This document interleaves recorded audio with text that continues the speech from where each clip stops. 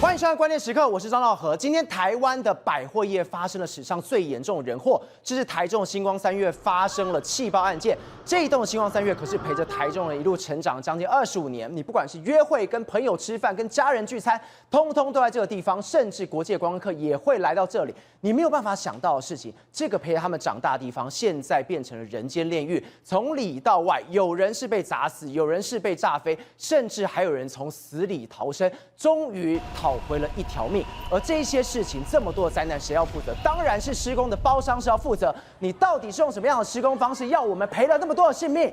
另外，星光三月你也责无旁贷，在第一时间，你为什么要把你的官网给关掉？你今天如果把这个台中中港店关掉就算了，你基本上是把全台官网把它关掉，你到底想要隐藏什么？而事后你发一些不痛不痒的声明，最后到了下午，总经理出来讲，你说你要对所有的人命负责，你本来就应该负责，但是你该说的把它说完了吗？包括厂商的背景到底是什么？施工厂商什么时候开始施作？甚至用什么样的方法？甚至要什么样的柜位？你完全都不知情吗？你千万不要忘记了，星光三月的台中店可是你的金鸡母，你一年可以赚200多亿，你现在赚钱跑第一，而你出了事情，你跑第一吗？好，我们现在介绍今天的来宾，第一位财经专家黄世聪，大家好；时事评论员张宇轩，大家好；资深媒体人姚慧珍，大家好；专业专家林廷辉，大家好；资深社会记者林玉峰，大家好。好，最后一位是我们的前消防署署长林金宏，大家好。好，聪哥，我今天看到这个画面，我相信全台湾的观众朋友都吓了一跳。没错，台中的地标星光三月就在早上接近中午的时候，有人开车，那个画面，砰的一声，吓死了12楼发生了气爆。陆陆续续，消防队去那边看之后，发现我们常常在谈战场的事情，常看到加萨或是加战。我们的星光三月从里到外已经被炸成跟废墟一样。对，你可以没有想到说，在乌克兰战场或在加沙看到的景象，居然会在台中市的星光三月会看到。我跟他讲，这个台中的星光三月这一家店来说，它在11点的时候，很多民众开车经过的时候，突然之间听到嘣一声，非常大声，然后他们原本不知道发生什么事，但从事后的影像才看到说，原来是星光三月的12楼出现一个大爆炸，而且在爆炸的第一个时间，你可以看到说，那个粉尘飞扬，非常多的这个里面的这个可能很多这个桌椅啦，很多里面装潢的东西啦，或者说很多这个木板，还有它的爆炸威力之大，连墙壁都炸飞，炸飞得非常远，甚至你看这个台中市长卢秀燕不是就说，他距离不远的，他在办公的时候都感觉到非常大的这个声音，他对面的钟表行的玻璃都被炸碎了。很多台中市民都说，到底发生什么事情？没有想到，原本在这个加沙走廊或者是俄乌战场会看到，居然发生在我们这个地方。好，那这个炸到目前为止来说，因为它第一个时间这个所谓粉尘飞扬，那所有东西都喷出来的时候呢，第一个时间当然有人被从这个地方炸出来。紧接下来的话，因为它里面的爆炸力量非常大，所以当时在里面的人非常多人受到轻重伤。那甚至因为它这个很多物品掉下来的时候砸到人，我们当时非常不幸，有人在下面，特别是有从澳门一家这个来台湾玩的，就目前为止已经有2个人死亡，甚至还有一个小女孩在急救之中。那到目前好，那是外面我们看到这个状况。如果你再到里面去看的话，你会觉得更不可思议。它跟炸的跟废墟一样，这是炸到这个炸到这个12楼这个位置，你看。上面的管线全部都炸成这个样子。如果你看这个样子来说，它整个天花板几乎是被炸碎了。然后里面来说，你已经完全看不到它原本的样子到底是什么样子，所有的管线都外露，这样所有的这个废墟都在下面这个地方。那甚至爆炸威力多大？你可以看到，连他们的电梯，电梯门都已经被炸歪的这个状况。那甚至还有一个不幸的。他们工作了24岁的女孩就在这个电梯门口这样不幸的过世。那看整个这个废墟这样砸下来，而且目前为止已经累积有4个人死亡，26个人轻重伤，那疏散人非常多。那因为现在目前为止来说，我们还很担心，因为到底有多少人在这个地方？那到底还有谁在这里面？目前为止恐怕伤亡人数会在增加。好，那我们就讲，因为这家店为什么我说它很重要？刚才赵和讲，它是伴随了所有台中人的一个最重要的地标，它是目前我们全台湾的百货公司的店王，一年256亿，一年，它目前为止是星光三月的店王，同时它也是台中的地王，它是台中地价最贵的一个地方。但是你现在出了事情的时候，你这个星光三月，你应该要出来赶快厘清责任跟负起责任。从刚我们刚刚提到一个最惊悚画面，是那个行车记录器拍到从12楼喷出来之后，没错。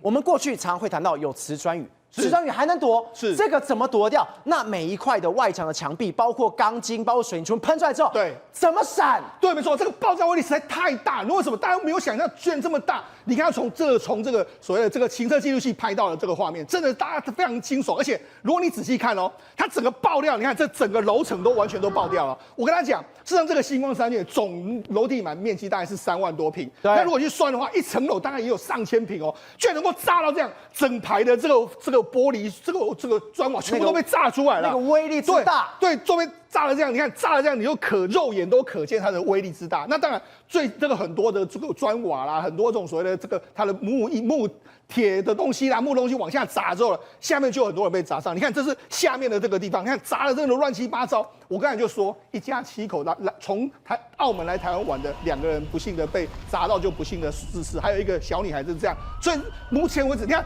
大家当然。第一个时间点，我们看到这个画面，当然有人被砸到。坦白讲，这每一个画面我看一次鼻一酸一次，原因是什么？消防人员到的时候，好多人都倒在地上，是每一个都在抢救 CPR， 能够跟黄金时间来抢命，一直抢命，一直抢命。对，但是有些悲剧是连脸可能都被削掉了。对，为什么？因为事实上这个地方本来就是很多台中人会约在这个地方，那没想到很多人在下面的时候爆炸出来的时候，我想。你连躲都没办法，我怎么闪？甚至你可能刹那之间你就丧失了这个性命。所以第一个时间，当然很多警消人员赶到，在救那些所以能够救的人，大家赶把他救起来的一个状况。好，那除了这个之外来说的话，刚才赵我提到。目前为止不是有4个人过世嘛？那甚至我刚才提到，还有一个人在11楼的这个所谓电梯里面就不幸过世。那你看这个爆炸威力之大，你看我们刚才讲，你如果从这个俯瞰的时候，整个楼层几乎是完全不见的。那你看，那如果我们来看爆炸威力之大，对面你看这是他们楼下的这个状况，他们的整个爆炸状况掉下来的这个残骸。那对面对面整个玻璃窗，他们现在有这个影片出来，他说在爆炸那个。第一个时间里面来说啊，他说我们对面的钟表行，他说我们整个玻璃都在摇晃，他们听到砰的一声之后，哇，这以为是地震，没有，就是这个爆炸所引起的。对，那样就是爆炸的这个声波出来之后，你看周边所有人都感受到这个爆炸威力实在是有够强大，甚至还有女店员呢，当场就吓哭了，就怎么有那么大的这个力量？他们到底是怎么回事？他们以为不知道发生什么事，因为从来你看台中的最首善之区闹区，怎么会发生这么大的这个爆炸？所以他们都完全非常的这个惊恐。所以他幸好了是没有造成太大的人员伤亡，对面的这个街道。但是呢，星光三月里面来说，真的是已经非常。断垣残壁，而且惨绝人寰的这个状况了。总共我们刚刚有提到一个关键，在里面其实更严重。是有些人我们刚刚讲他发生的爆炸地点是在12楼，对，当时他还在营业中哦，上面有没有人？有人，下面有人，有人营业，有人可能在吃饭，有人在看电影等等，是做这么多事情，突然嘣的一声，对我必须说，谴责星光三月，你真的是做事慢半拍，而且不负责任。为什么这样讲？第一个时间点里面来说啊，因为这是他的电网。他一定要维护他的权利，没有错，但是你也要做好相关的应变措施。就有人现在出来爆料，因为他爆掉的是爆炸是在12楼，那有人就说他在10楼用餐，对，那因为上面爆炸的时候那个压力很大，所以往下震下来之后，你看他当时10楼用餐的地方已经开始他的轻钢架都垮了，那都掉下来，我一定跑啊！对他第一个时间来说不知道怎么办，他说听到这个声音很大一声，就没想到他还准备要拍照要这个记录的时候，星光三月人就出来说什么？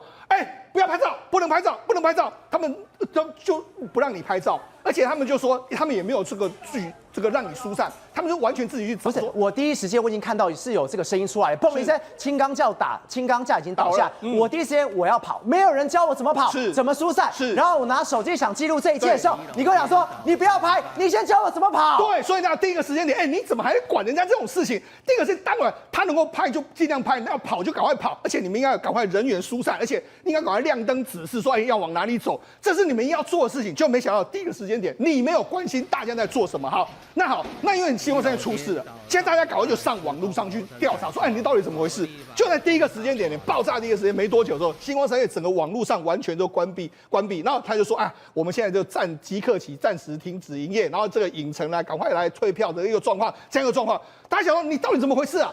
你要赶快说明清楚。而且我觉得这里面最奇妙是什么？星光三月的官网挂掉，他什么事情都没有跟消费者讲任何一件事情，是包括你的声明都是唯唯诺诺，完全是没有营养的声明。但是呢，他的其他的厂商马上跟他讲说，今天停止营业。对，你的厂商都比你积极。对，所以我就说嘛，星光三月的这个反应慢半拍。当然了，被骂爆之后呢，没多久之后，它的官网马上就又好了，好了之后呢，但是马上又出来开始又这个暂停营业，这样一个状况。好，那当然第一个时间大家全部都要问星光三月到底怎么样，然后他就发了一个不痛不痒的这个声明了。他说对于这个我们今天宣布暂停营业，然后以员工的疏散还有人员安全为第一，然后对于可能发生的事故原因还有11楼、12楼较为严重，星光三月人员说目前还在厘清之中。要厘清到几点？对，那当然了，吴新阳也出来说话，他说感觉很悲伤，他们现在要赶快进行所谓的相关的抚恤动作，还有负起相关的责任。好，所以那责任是什么？责任是你要赶快厘清为什么发生这么大的这个爆炸案。好，那现在大家就开始在谈，那为什么会有这么大的气爆发生？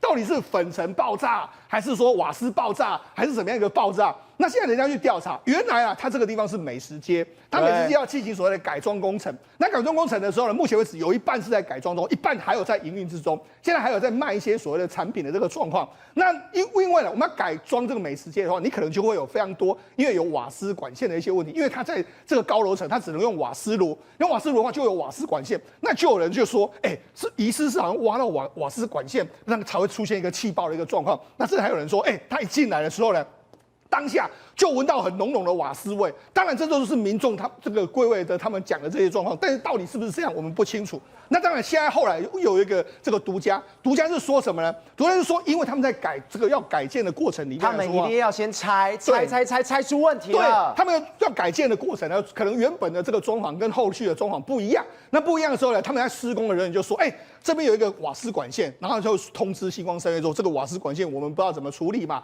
那星光三月又派了另外一组人呢，把这个瓦斯管线要移除。那意思就是说要把它切割，他可能要切割的过程中间来说他没有注意到这里面瓦斯管线里面的剩余的气体呢没有排干净，的时候可能就泄露出来。那泄露出来的时候，可能它有火花，马上就爆了。碰到明火或是怎样之后出现电，或是有电，然后出现一个大爆炸。那当然这个时间点里面来说，有人就说也不是这个样子。所以目前为止，到底是什么原因？你看到底是什么原因能够炸成这个样子？大家看到这个画面的时候，你会觉得非常的。我觉得非常的伤心啊，就是说台中的首善之区，台湾的百货的店王是这个样子，然后台中的帝王是这个样子，我们就让大家担心，如果这件事情没有办法好好厘清的时候，你未来去逛街的时候，你会不会很担心这种事情发生？所以我才说这件事情，星光三月真的要好好的负起责任。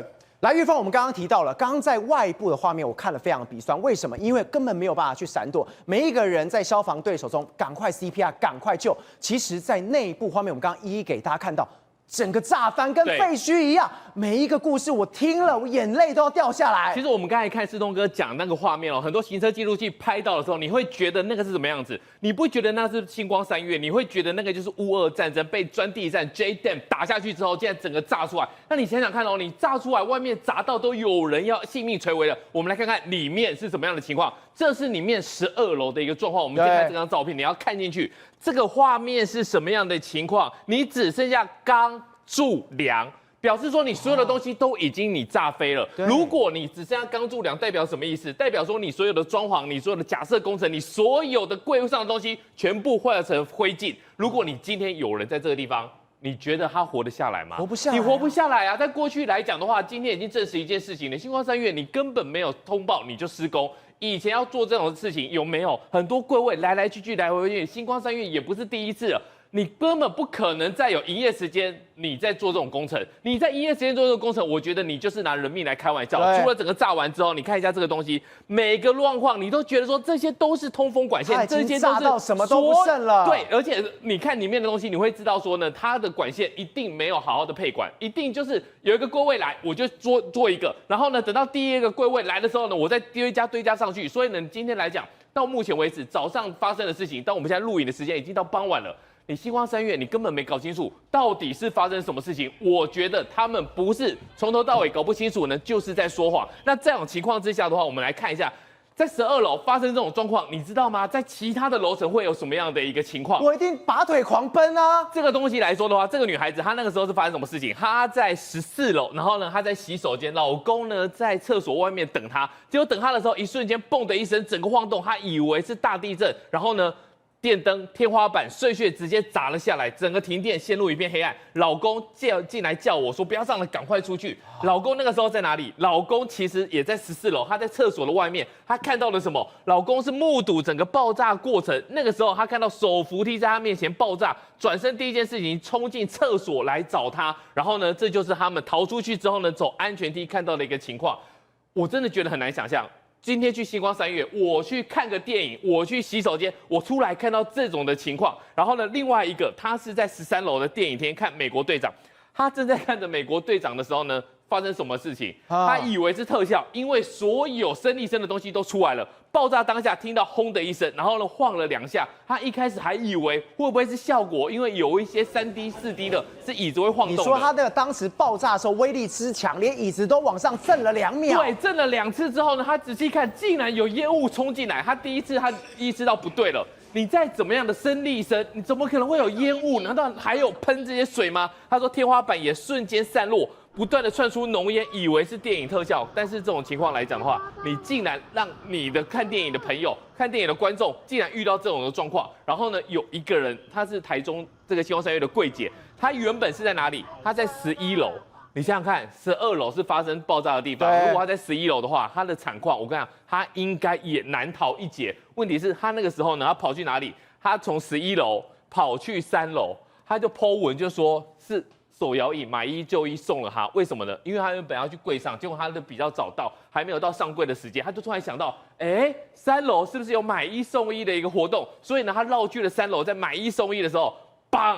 就炸了，他躲过一劫了。他躲过一劫，他回想，如果不是手摇印救了他，那个时候他回到柜上就是11楼，而11楼的外观是这样，内部是这样，他一定也难逃一劫。这一次来讲的话，台中的星光三月，我们要扯什么天灾，这就是有一个完完全全的人祸。这次他们的电影院出来的状况已经爆炸完了，爆炸完你看到这个，你还以为是五大湖区的一个暴风雪，你很多的粉尘跑来跑去，都是粉尘，都是粉尘。然后呢，你现场有看到任何人在指挥引导吗？没有。然后他的逃生应该有指示灯，我跟你讲乱成一团，我只看到一个绿绿的，我根本不知道往哪里走。而这个就是他们在内部的一个情况。我们往下看下去说，很多人被救出来之后呢，在这个担架上面他非常的慌张啊，全身发抖、色素，然后告诉大家一直哭他真的以为说什么？他以为他根本就逃不出来了。他是当下第一时间，他是搭电梯，然后砰的一声，对，受困电梯里面的那个人。那个人救出来之后呢，他觉得非常非常的可怕。他觉得说，只要再差1秒的话，他是不是就会死在星光三月里面哦？他根本没有想象说，原来来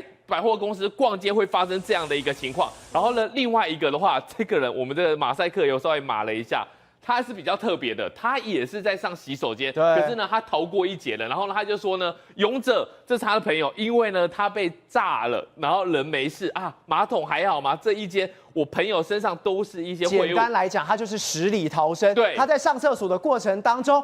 砰的一声，他不知道怎么办，连马桶都坏了。他正在解放的时候呢，马桶就炸开了。炸开了之后呢，幸好他的人没事，因为马桶其实那个炸出来的那个威力是很强烈的。结果呢，他就有裤子上面沾了一些秽物，所以呢，他告诉大家说，我的这个荧幕比例我要叫他们赔。幸好他人没事。然后呢，大家讲说，真的假的？到底怎么回事？他说对啊。然后他的裤子里面都是秽物啊。然后大家讲说，到底是怎么一回事？原来。我裤子脱一半，马桶就炸开了，然后他就以为是什么众义之神眷顾的人吗？而且裤子上还不是他自己的秽物，为什么呢？因为他下面整个马桶、整个粪管全部都给炸起来了。建勇哥，这次发生了台中星光三月的爆炸案件，现在大家想问为什么？每个人现在看节目的当下，甚至看新闻当下，都想问为什么？为什么？现在有2个方向，第一个是我们刚刚讲的，会不会是因为瓦斯管线漏掉、漏气之后，或者是他没有放气，所以再有一些工程有火花爆炸？第二可能也有跟粉尘室有关。我们先从一个一个过来看，现在关于粉尘的是有可能的吗？因为我们都知道，今天在这些百货要装潢的时候，它可能右先板子直接隔了起来，它隔起来之后，它可能真的粉尘，然后有火花，才会有这么大的爆炸威力吗？我想粉尘爆炸有可能产生这么大的爆炸威力，但是首先要决定它现场有没有会产生爆炸的粉尘。对，一般来讲，像面粉啦、像煤灰啦，这些才有可能会产生爆炸。所以粉尘爆炸一般来讲都会伴随着2次爆炸的发生。那现场的状况如果有类似这样子的可燃物，或者是它堆积起来的时候，也有可能会产生就是类似谷仓，但是那个要看它的密闭空间够不够，现场的整个状况。我们刚刚有提到，第二可能是什么？瓦斯管线。瓦斯管线部分，第一个做这种施工不可能在瓦斯阀没有关下去做。好，今天如果真的是瓦斯管线，它阀已经关掉了，但是它没有把气放完，在切割过程当中，瓦斯又漏出来了，只要一点点火花，就会有这种爆炸威力吗？我觉得爆炸威力是取决于你今天泄漏的量有多少，好，那它现在管子有多大，然后它里面残存多少量，现在都只是等于说臆测。对，但是呢，瓦斯爆炸，我想跟大家讲一下，就是说应该谈瓦斯爆炸可能产生的威力。一般来讲，在一个最完美的情况，瓦斯爆炸的威力会达到120 psi。好，这个是在学理上的研究。好，那我想120 psi， 很多人就想说，那它到底是怎么样？那我想跟各位讲一下几个数据，给各位做个参考哈，大家就会知道说，它瓦斯爆炸有没有可能产生这么大的威力？就是一般的玻璃啊，它会破掉的时候，它大概只要是0.15个 psi， 房屋会产生裂缝，只要1个 psi。然后呢，超过3个 psi， 它就会让建筑物的结构发生变形，钢骨建筑物。如果像现在这个画面过来看，它的钢骨已经变形。我们刚刚说它只剩2根柱了，其他都炸啦。对，所以我说，因为瓦斯爆炸，它会产生到120个 psi， 所以它造成这样子的破坏性是可以预见得到的。因为它会远远大于现在我们所知道的这些数据，它本来就会造成，包括这些外墙会被推出去。瓦斯气爆绝对有这样子的能量。我们刚刚有提到说，这一次是百货业最大的人祸。为什么会人祸？因为百货业做这种所谓的装修拆除已经很久很久，我们从来没有看过这样的一个事情。是现在是百货这个地方在管理，或者是在整个上面，他们有出现纰漏吗？我觉得在施工上应该这个课题是绝对值得讨论的。对，我觉得应该把它列为一个重点来思考。因为正常来讲，你在做施工的时候，你本来就应该做应变计划，要去做一些预防的计划。好，那一定中间有一些环节没有做好，就像包括刚刚在讲的，假设它是因为切割引爆瓦斯，好，那它现场之前该不该先去侦测？然后你才去做后面的动火作业等等的。你的意思是说，他或许第一时间先监测有没有瓦斯是有漏气，但现在传出说整个瓦斯的警报器根本没有响啊。我现在只是在讲，就是说在这里面，你在计划里面就要把所有可能发生的状况，那只是举个例子，那你可能发生的状况你都要先想清楚，然后这时候你应该怎么样去预防灾害的发生。我觉得这个就是在整个计划上，那他现在有没有不知道，但是我认为在计划的就算有，也应该要去检讨它里面的内容到底写的实不实用，落不落实，还是只是范本照抄，还是你是量身打造。辉真，我们刚刚提到了星光在这一次里面，他已经讲得非常白了。他说，我们一定会负起最大责，你本来就应该负责。我们一大群人去那边逛，我们常常会跟家人去，我们跟情人去，常常去，但是他完全都没有把一些关键说好。包括你厂商到期，请怎么样厂商？你施工日期到了什么时候？或者是说你施工的单位、你施工的这个柜位是长什么？他完全都不知道，都推了。不是，我跟你讲，张和这整件事情最荒谬的一件事情是，你的整个百货公司在进行改装，而且是2层楼大规模进行改装。你竟然没有向台中市政府去申请改装的一个许可，现在最新消息，你看这个台中市的都发局局长以及李政委出面证实，他说完全没有收到台中星光3月11楼、12楼室内装潢施工申请。你是把全部的消费者来生命当开玩笑，你看右边，他们竟然在内部还有一个，哎呀，我们那个有一个要改装啊，所以我们有一些产品要那个特别来特卖会啊，1月24号开始起跑，卖到哪一天？卖到2月9号。你长达这么大概已经待半个月的时间，你进行特卖，你进行特卖就是为了2月10号之后的一个大规模改装，结果你竟然完全没有去跟市政府申请，你完全都只为了钱。对。他眼里只有钱，他没有想到说他这个改装之后应该要怎么样去保护消费者的安全，没有。第二件事情，台中市政府也很扯，这家百货公司在这里面已经特卖了半个月，特卖半个月的原因是因为他之后进行改装，结果你说我不知道，你都不知道，嘿，我让我们怎样？现在出人命了，说对。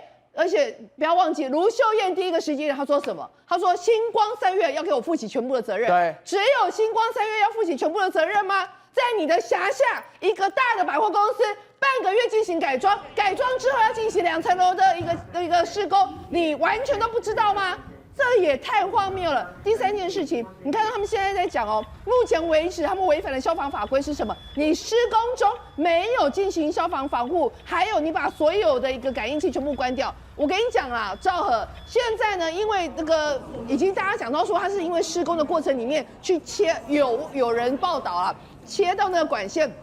所以造成气爆嘛。现在包括那个新中的天然气公司，他们今天特别跟鉴定人员进去，他说第一件事情，前3天就已经把所有管线都已经处理好了，而且管线没有任何外漏的问题，他们还有带那个监测器，所以现在目前为止初步排除是因为有天然气外泄所造成的这一起气爆案件，然后就说也没有火花。好，那现在如果这个排除之后，那我就要问，那原因是为什么？那原因是什么？现在大家都指向是所谓的粉尘气爆嘛，粉尘气爆，你现在看到这个画面，你会想到什么？就是八仙乐园当年的气爆事件，八仙乐园当年的气爆事件夺走14条人命，快要500人受伤。八仙乐园气爆事件还在户外，老天爷啊，这是室内，这是室内耶。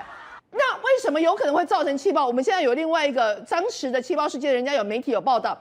气爆这种尘爆的主要有5个要素，哪5个要素？可燃性的粉尘散布于空气当中，而散布于空气当中，当它又跟那个氧气进行相关的结合，在附近有一个火源的情况之下，局促空间充足养分，就很容易形成这样子的一个尘爆事件。我刚刚讲那个5要素，这一次是不是都有？完全中了，完全中了。然后我现在问一句。如果在施工过程里面，你有照着 SOP 去向台中市政府申请许可，你要进行这样有相关的粉尘的情况，是不是就会有所谓的防爆的一个设施？现在看起来完全没有。所以你可以看到星光这一次，他今天做了改装，他只跟大家讲说，我现在要卖所谓的商品，他完全没有跟台中市府来申请这相关的建造或者是通知才会发生这样的事情。而在他今天在气爆发生的当下，他第一时间做什么？他把他所有全台的星光3月官网先关掉再说。我跟你讲，星光3月真的不要再躲避，不要再逃避，你是逃不过的，这超级荒谬。